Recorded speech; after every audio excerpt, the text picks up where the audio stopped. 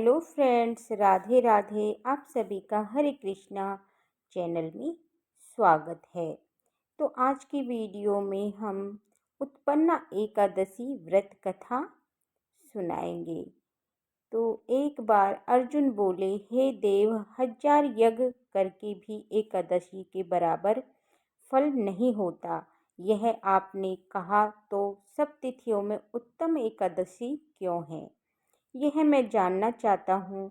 श्री कृष्ण चंद्र जी बोले, हे पार्थ, सबसे पवित्र एकादशी क्यों है, यह सुनो।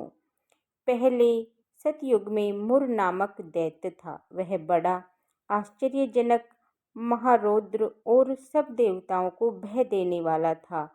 हे पांडव, उस तेजस्वी दैत्य ने अपने तेज से इंद्र और सूर्य, वसु, ब्रह्मा, वायु, अग्नि ये सब जीत लिए। इंद्र ने सब वृतांत शिव जी से कहा, हे देव, हम सब स्वर्गलोक में भ्रष्ट होकर धरती पर विचर रहे हैं। हे देव, अब देवताओं की गति क्या होगी, रक्षा का उपाय कहिए। महादेव जी बोले, हे सुर श्रेष्ठ, जहाँ गरुण ध्वज भगवान वहाँ जाओ। वे शरण में आए हुए की रक्षा करने वाले, जगतपति और पालन करने वाले हैं। हे धनंजय, शिव जी का वचन सुनकर इंद्र सब देवताओं को साथ लेकर जहाँ भगवान शयन कर रहे थे वहाँ पर गए और जल में सोते हुए जगतपति भगवान को देखकर हाथ जोड़कर स्तुति करने लगे। हे देवताओं के भी देवता, आपको नमस्कार है। हे देवताओं से वंदित है दैत्यों के शत्रु, हे कमल नेत्र मधुसूदन, हमारी रक्षा करो। दैत्यों से डरे हुए देवता मेरे साथ आए। हे जगन्नाथ, आप सबके रक्षक, कर्ता और कारक हैं। हे प्रभु, आप सब देवताओं के सहायक और शांति करने वाले हैं। आप भूमि, आकाश, सब जगत के उपकार करने वाले हैं। आप शिव, ब्रह्मा और त्रिलोकी की रक्षा करने वाले हैं। आप सूर्य, चंद्र और अग्नि देवता हैं। हे भगवान, हे देव, हे देवताओं के ईश्वर, शरणागत की रक्षा करने वाले, हे महायोगिनी, दैत्यों से जीतते हुए देवता स्वर्ग में भ्रष्ट हो गए हैं, डरकर आपकी शरण आए हैं। आप रक्षा करिए, रक्षा करिए। हे जगन्नाथ, हम लोग इस स्थान से भ्रष्ट होकर पृथ्वी पर घूम रहे हैं। इंद्र का वचन सुनकर विष्णु भगवान बोले, वह कौन सा मायावी दैत्य है कि जिसने देवता जीत लिए हैं। प्राचीन काल में ब्रह्मावंश में देवताओं को पीड़ित करने वाला भयंकर नाड़ी जघन्ध नामक दैत्य पैदा हुआ। उसका प्रसिद्ध बलवान मुर नामक पुत्र है। चंद्रावती नाम की उसकी नगरी और उसकी राजधानी है। उसमें रहते हुए उस बलवान दुष्ट ने संसार को जीतकर देवताओं को अपने वश में करके स्वर्ग से हटा दिया है। अग्नि, यम, पवन, ईश, चंद्रमा, नित्रदी, वरुण, इनके स्थानों पर वह आप ही बैठ गया है, स्वयं ही बैठ गया है। सूर्य बनकर स्वयं ही प्रकाश करता है। हे विष्णु, वह स्वयं ही मेघ बन गया है। देवताओं और उसको जीत नहीं सकते। उस दैत्य को मारकर देवताओं की विजय कराइए। इनका वचन सुनकर भगवान कुपित होकर बोले, हे देवराज, तुम्हारे उस बलवान शत्रु को मैं मारूंगा। तब देवताओं ने हजारों दिव्य अस्त्रों से युक्त असंख्य दैत्यों के संग गरजते हुए मुर दैत्य को देखा। बलवान असुरों से देवताओं को मारा। वे संग्राम को छोड़कर दशों दिशाओं में दौड़ने लगे। फिर युद्ध में भगवान को उपस्थित देखकर कुपित होकर अनेक शस्त्र लेकर दौड़े। शंख, चक्र, गदा धारण करने वाले भगवान ने उन असुरों को अपनी तरफ दौड़ते देखकर सर्प के समान बाणों से उनकी देह को घायल कर दिया।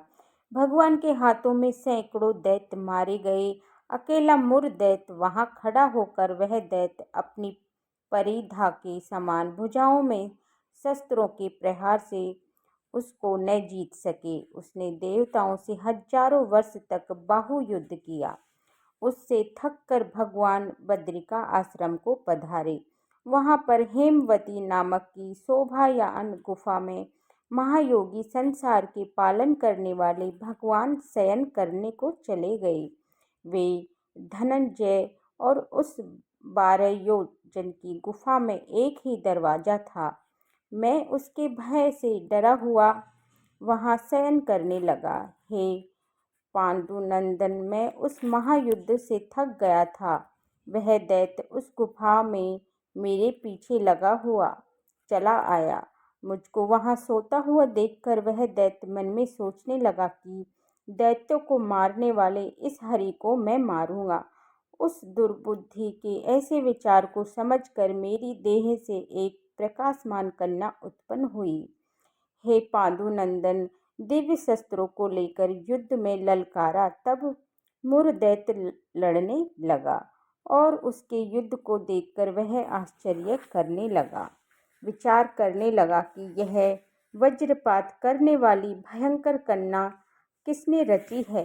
यह कहकर वह दैत्यराज उस कन्याओं से युद्ध करने लगा। फिर वह महादेवी से शीघ्रता से उस बलि दैत्य के शस्त्रों को तोड़कर क्षण भर में रथ नष्ट कर दिया। फिर वह भुजाओं से युद्ध करने को बड़ा बन करके दौड़ा। देवी ने उसके हृदय में लात मारकर उसको पटक दिया। वह फिर उठकर कन्या को मारने की इच्छा से दौड़ा। देवी ने कुपित होकर आते हुए उस दैत्य का सिर काटकर क्षण भर में पृथ्वी पर गिरा दिया। खंडित सिर वाला वह दैत्य यमलोक को प्राप्त हो गया। शेष दैत्य भयभीत होकर और दुखी होकर पाताल लोक को चले गए। तब भगवान उठे और अपने सामने मरे हुए असुरों को देखा। जगत के पति भगवान नम्रता से हाथ जोड़े खड़ी हुई दिव्य कन्या को अपने सम्मुख देखकर आश्चर्य से बोले, इस दुष्टात्मा दैत्य को संग्राम में किसने मारा, जिसने गंधर्व, इंद्र और मरुदगण सहित सब देवता जीत लिए, जिसने लोकपालों को खेल से जीत ही लिया और जिसने हारा हुआ मैं भी डरकर इस गुफा में सो गया था। कन्या बोली, हे प्रभु, मैं आपके अंश से पैदा हुई हूँ। मैंने ही इस असुर को मारा है। हे हरे, आपको सोते हुए देखकर यह आपको मारने को तैयार हो गया।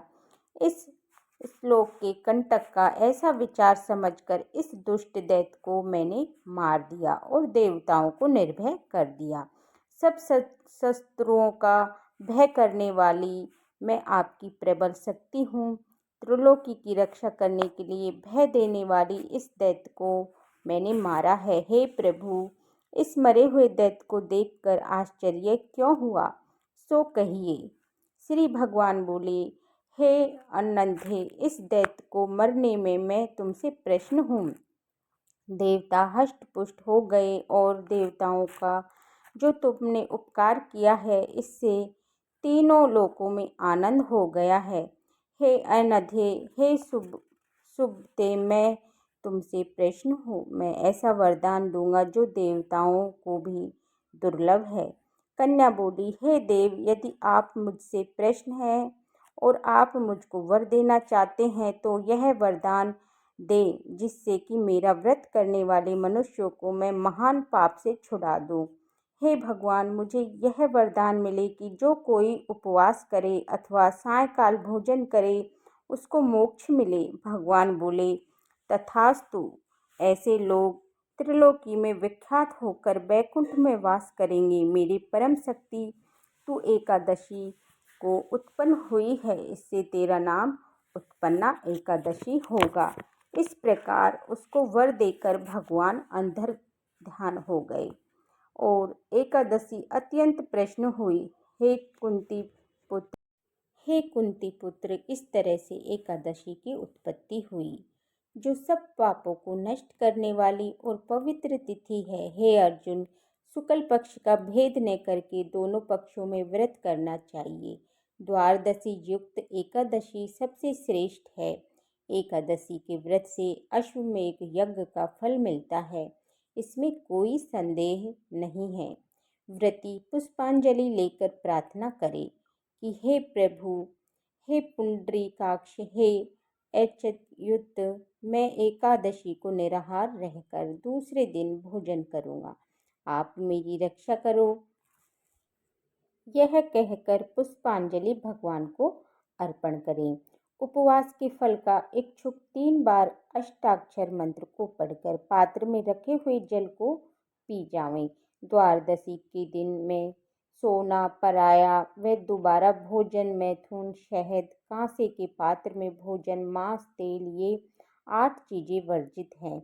हे राजेंद्र, एकादशी के मध्याह्न से द्वादशी के अरुणोदय तक स्नान, पूजन, दान, होम आदि कर्म करना चाहिए। यदि कोई भारी संकट आ जाए तो जल से पारण करके फिर से भोजन करके पुनः भोजन का दोष नहीं होता।